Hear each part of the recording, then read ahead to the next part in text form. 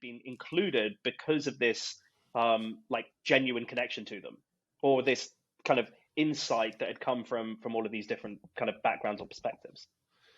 Right, right. And can you just briefly explain what you mean by saying, you said just a moment ago, take very lateral perspectives. What do you mean by lateral? Is that lateral relative to the prevailing trend of the time? So sort of like sidestepping what's popular, or is that something else?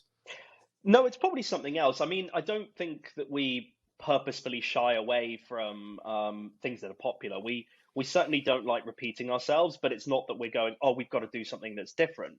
But I think the way that we include flavors is not by starting with flavor, if that makes sense. What we'll try and do is I'm going to try and give a concrete example. Actually, the one that came to mind, because I included it in a talk, so it's one fresh, is a drink that we had in DC. I don't know if you had a chance to try it at Silverline. On our opening menu. It was a drink called the Project Apollo.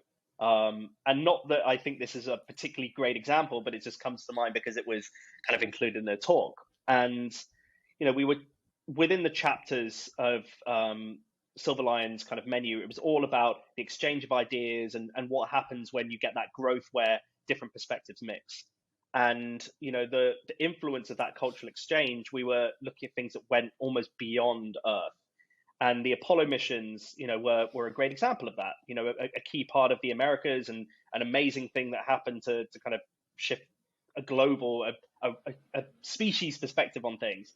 And during the Project Apollo missions, they started to kind of understand that, right, practicality was key. You got to get people into space, but taking food up there couldn't just be about the sustenance. They realized that the astronauts were going through something really grueling, and they needed joy back in their life. And they did a kind of bit of research on what kind of created this sense of exoticism or joy or connection to Earth. And one of the key ones was pineapple.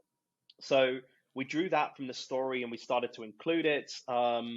We looked at some of the first things that came back from the Apollo missions, where they took samples back from the moon rocks, and we looked at that data. We looked at the things that were relevant to the food world. We recreated that minerality into a gin. So we kind of took on that profile. But again, that needed to kind of create a balance in the drink. So you had this big tropical note from the pineapple. You had this minerality coming from these additions of various different kind of salts and minerals that were going into the gin.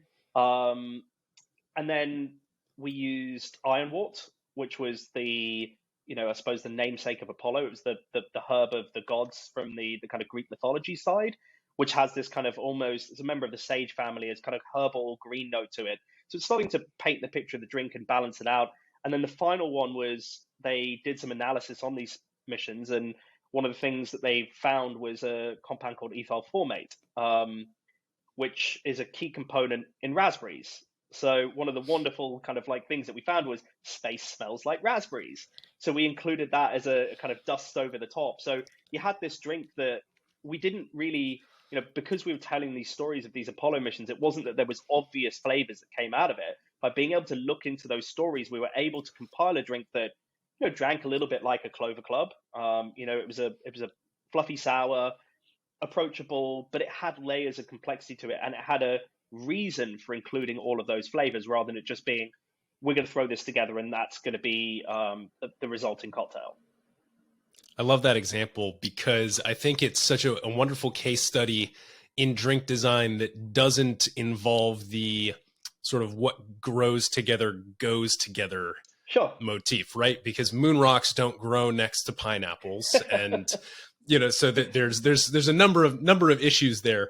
But when you simply back out, maybe take the step several steps back and take the maybe global planetary perspective on what is this drink, well, it turns out that it's relatively similar to a Clover Club. So I think that's a wonderful way to describe it. And actually, this is a great opportunity